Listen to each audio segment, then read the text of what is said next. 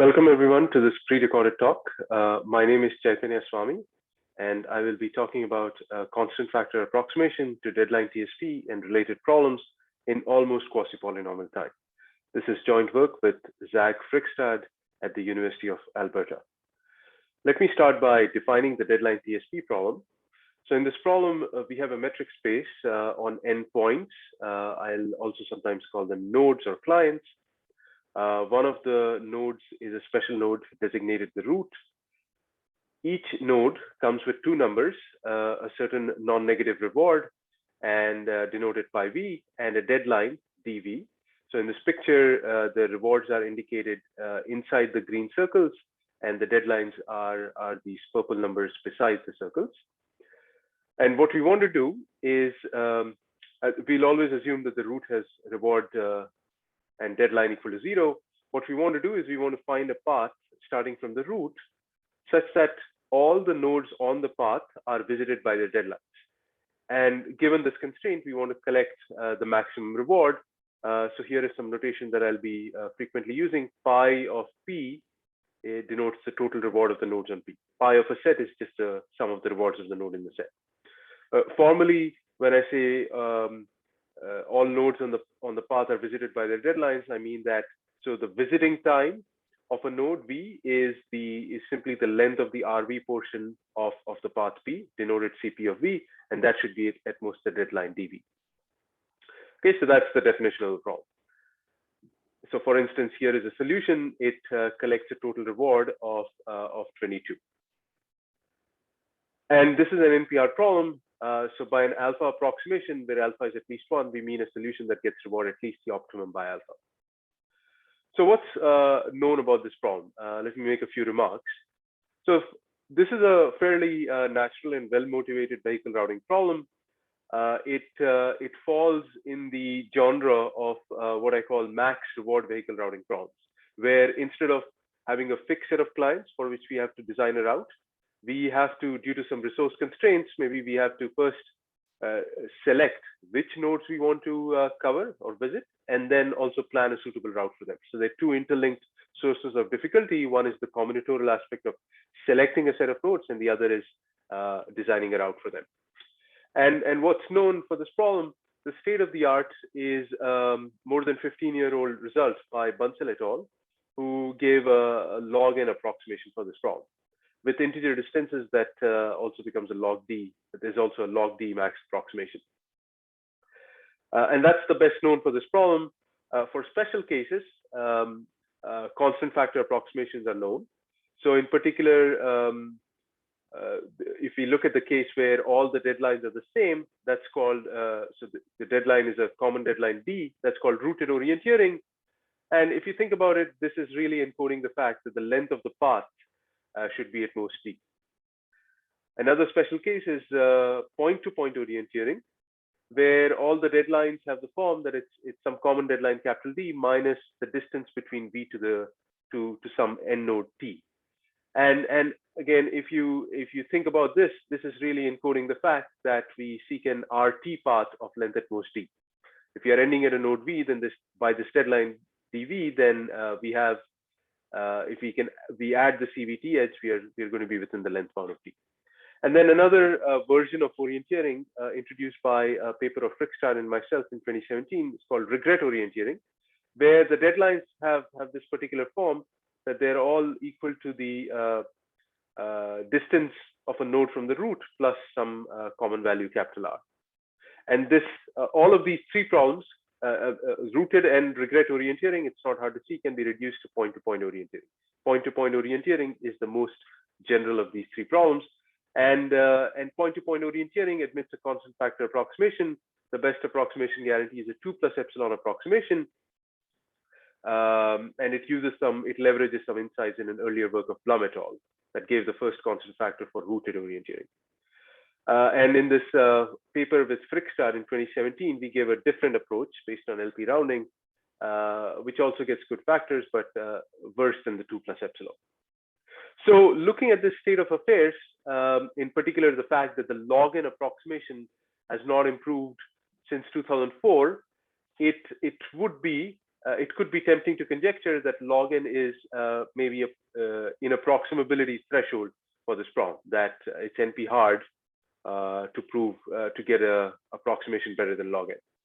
And in general, another thing that I want to remark here is that our understanding of these max reward vehicle routing problems is lagging behind our understanding of vehicle routing problems where we have a given set of clients that we want to visit, and we just need to plan a route for them, a suitable route for them, right? Like traveling salesman problem or the minimum latency problem, for instance. And the approximation factors for these max reward VRPs are usually at least log, often polylog, except for the case of undirected orienteering. And even for undirected orienteering, the 2 plus epsilon due to Chikouri et al. Has been there at least for about 8 to 10 years, whereas I mean for other problems like the traveling salesman problem, I mean we've seen impressive improvements. So the point that I'm trying to make here is that max reward vehicle routing problems where we have to also select which nodes to visit, we don't understand them as well as vehicle routing problems. And in fact, in directed metrics, we see an explicit degradation in terms of the approximation ratio. Namely that the ratio for the vehicle max reward problem is some factor times log n times the factor for the Friggstad problem. Okay, so with this, keeping this in mind, now with this context in mind, let me state our results. So what we do is we give a constant factor approximation for deadline TSP. The running time is n to the order log Dmax. Dmax is the maximum deadline, and it's always bounded by n times delta, where delta is the diameter of the metric space. I should mention here that this result is this running time is after we have scaled the metric so that we have integer distances. Right? One thing, interesting case to keep in mind is when we have a graphical metric, there delta is at most n, the number of nodes, and our constant is not too bad. It's about 7.64, so a moderate constant here.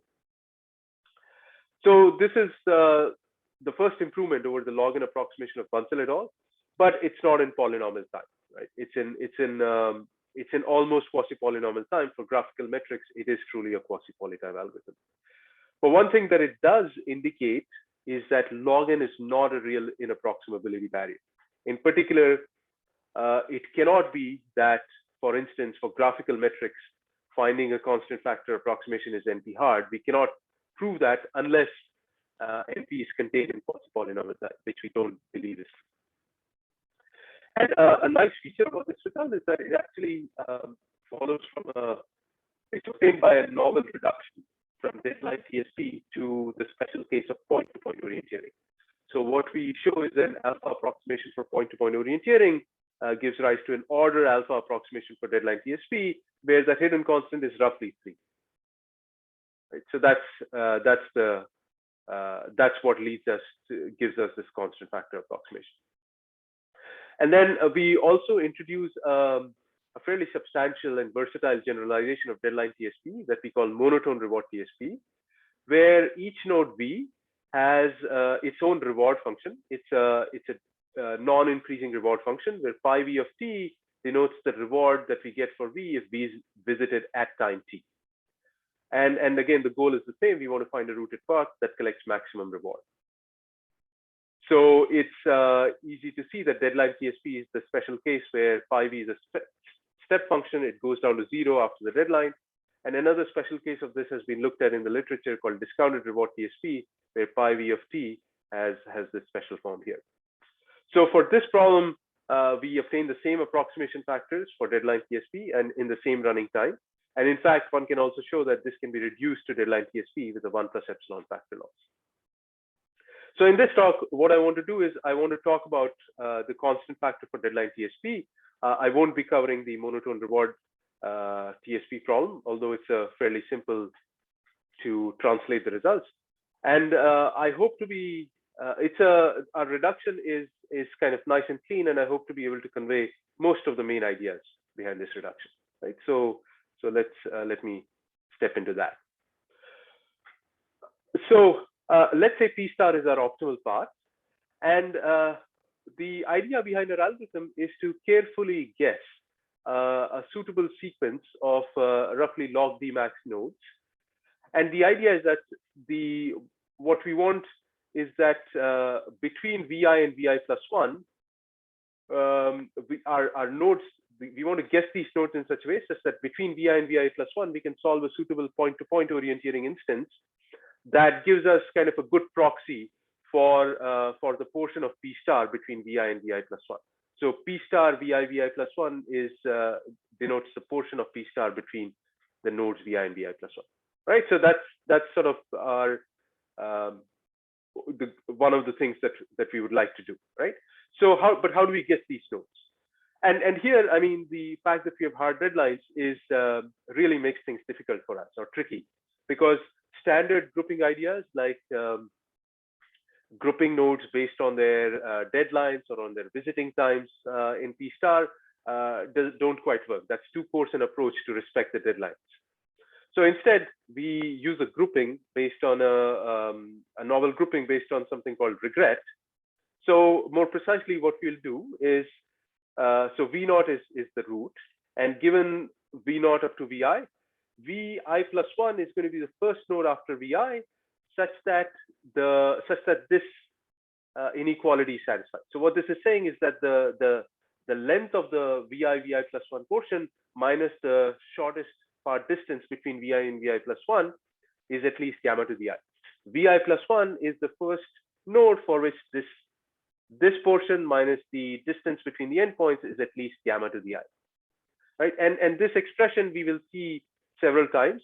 We will call this the regret of this Vi plus 1 portion of P star with respect to its start node Vi. Right? That's what we mean by regret.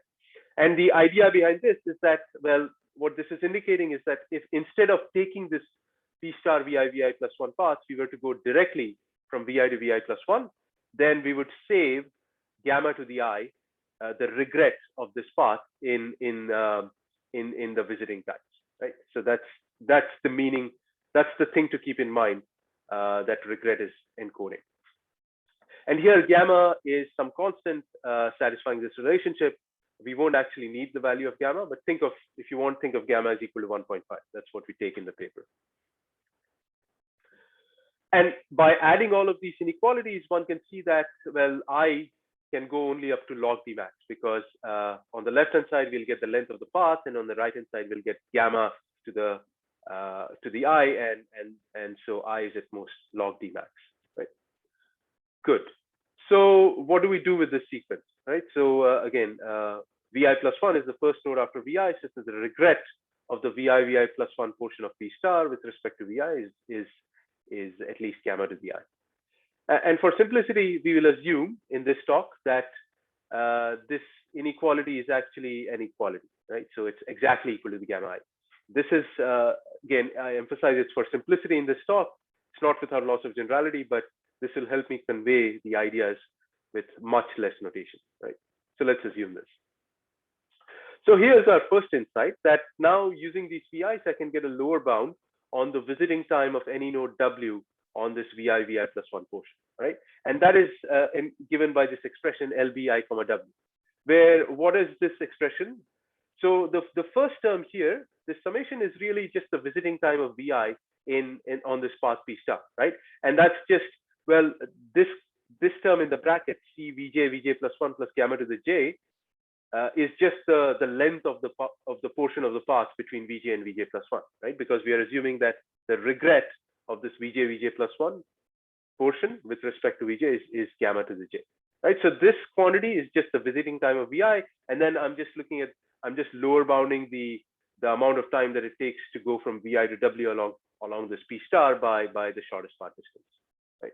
So that's our lower bound, right? But this tells me that now if I look at a point-to-point orienteering instance with n nodes Vi and Vi plus 1, and looking only at nodes for which the deadline is at least this lower bound LBI, W, and I have the length bound indicated by this, so the distance plus gamma to the I, distance between the endpoints plus gamma to the I, then that point-to-point orienteering instance admits P star VI plus 1 as a feasible solution. So it has optimal value, at least the reward of the optimal path between these two nodes, VI and VI plus 1. Okay, so it kind of hints at we are approaching our goal, that how to get a proxy for P star VI plus 1 using point-to-point orienteering. Right? This is the point-to-point orienteering instance that I would like to solve.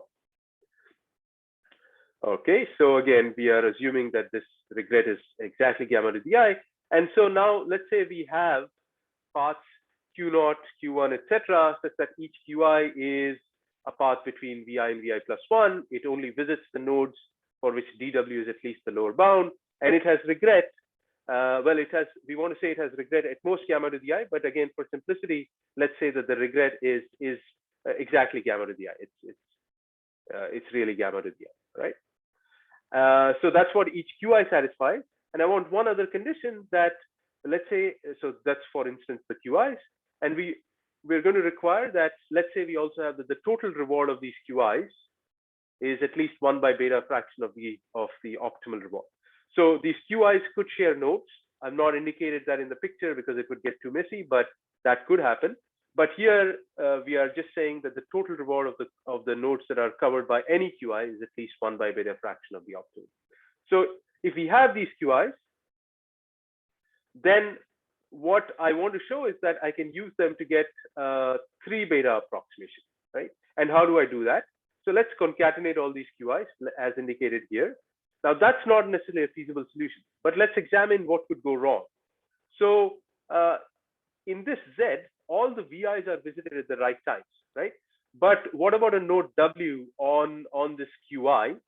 Well, there potentially its visiting time could be as large as this lower bound plus gamma to the I, right? Because we know that W lies on QI, QI has this much regret, so that means that the visiting time of W, the length of the VIW portion of QI is at most CVIW plus gamma to the I, right? So the W for a W on QI, it need not be visited by its deadline, but the violation, additive violation in terms of its deadline is at most gamma to the I, right? So that's the thing to keep in mind, right? So how can I turn this into a feasible solution? Now here's our second key insight, a very useful insight, namely that, well, suppose I don't take these QI minus 2 and QI minus 1 paths, but instead take the direct edges VI minus 2, VI minus 1, and VI minus 1 to VI. Then how much am I saving? I'm saving exactly the regret of this QI minus 2 path and the regret of this QI minus 1 path with respect to their start nodes, namely gamma to the I minus 2 plus gamma to the I minus 1. And recalling what gamma satisfies, we know that that's at least gamma to the I. And that's how much we are saving in the visiting time of all nodes that appear after VI, in particular, the visiting time of all nodes on QI.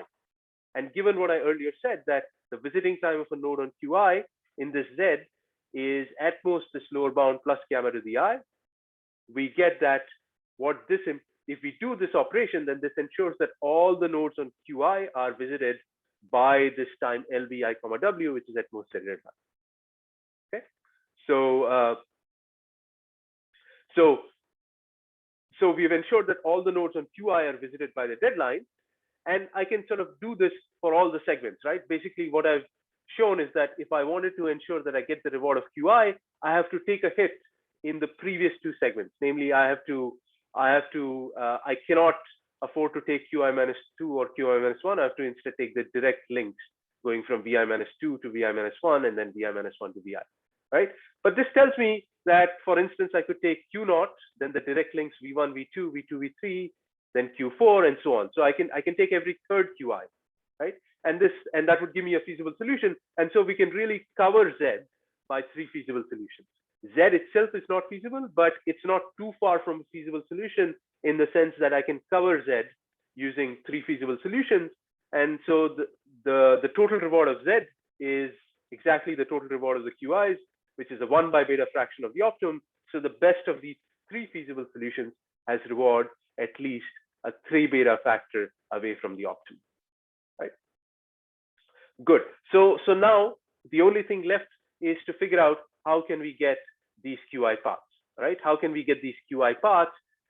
Again, each QI is a path between the right end nodes, vi and vi plus 1. It visits the right set of nodes, all the nodes for which the deadline is at least LB, I comma W, and we are thinking of this QI as having a path of regret gamma to the I, which can be translated into a length path, right? And the other thing is that the total reward of the QIs, the reward of all the nodes covered by the QIs, is at least a 1 by beta fraction, right? Good. So how do we get a good beta here? And here is where point-to-point orienteering, not surprisingly, comes into play.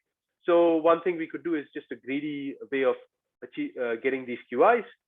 Just find these QIs in sequence. When I want to find QI, I don't want to count the nodes that I've already covered, so I zero out the rewards, and I only count the rewards for these guys. So I zero out all the rewards that don't for the nodes that don't satisfy this and that were already covered, and then I run point-to-point orienteering with this suitable length bound and with these two endpoints. And one can argue there that using an alpha approximation for point-to-point orienteering gives us beta equal to alpha plus 1. And so plugging this into what I just described, that gives us a 3 times alpha plus 1 approximation. And this showing that alpha gives us beta equal to alpha plus 1, that's a fairly simple argument. It also follows from a result of Chakuri and Kumar from max coverage with group budgets, but we can just give a self-contained proof here. The second approach is a more sophisticated LP approach, which gives slightly better approximation factors. So here, what we do is we can write a configuration style LP to find the QIs, meaning we have variables for each potential vi plus 1 path. Now, the LP solution is not going to give us exactly these QIs, but it can be interpreted as giving us a distribution over these vi plus 1 paths. And one can show that although this LP has a huge number of variables, it can be solved approximately using an alpha approximation algorithm for point-to-point orienteering. And so given the LP solution then, or this approximate LP solution, what we do is we just sample a random path for each QI. And that gives us this factor for beta, which is always at most alpha plus 1. And so taking alpha equal to 2 plus epsilon, which is the best approximation for point-to-point orienteering, this is what gives us our 7.64. And I should mention here that, I mean, this is easiest to state as a randomized algorithm, but everything can be de-randomized fairly easily. Right. So with this, I've sort of completely fleshed out the ideas behind the deadline TSP algorithm.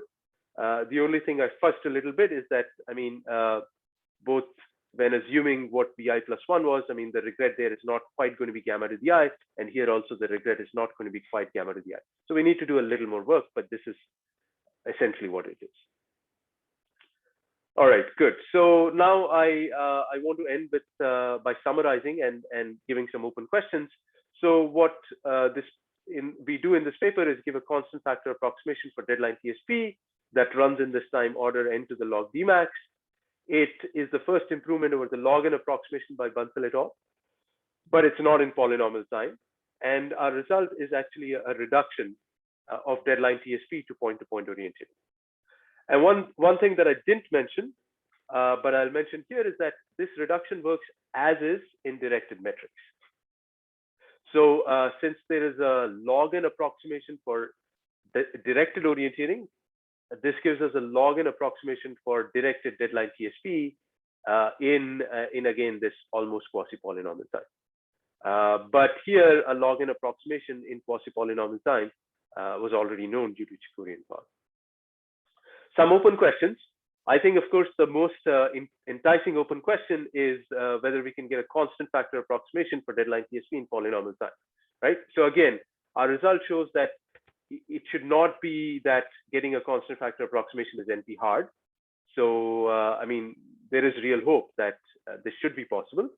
And one approach might be that could we replace, so our approach takes n to the order log d max because we need to guess these log d max nodes, right?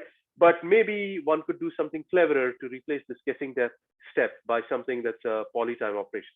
For instance, maybe one can write some kind of a dynamic programming approach or some kind of an LP to obtain these nodes. I don't know. right? Maybe that's possible. Can we extend our techniques or results to handle orienteering with time windows? The Bansal et al. Paper mentioned a reduction from time windows to deadline TSP, but that's sort of specific. That's an informal reduction specific to their approach. It doesn't seem to carry over here. And I mean, even if we don't get a constant factor, right now the approximation that we know for time windows is log factors. And so even little o of log n in quasi-polynomial time or almost quasi-polynomial time would be interesting. And finally, what can we say about directed metrics, right? So there, even directed orienteering is open. And as I was mentioning earlier, here we see an explicit sort of result that shows how our understanding lags behind that of the fixed set VRPs. For directed for asymmetric TSP, there's the constant factor, and using that one can get a log n for directed orienteering. If using an alpha for directed TSP gives an alpha log n for directed orienteering, but that's the best that we know how to do. So I will stop here, and thank you for listening to this talk.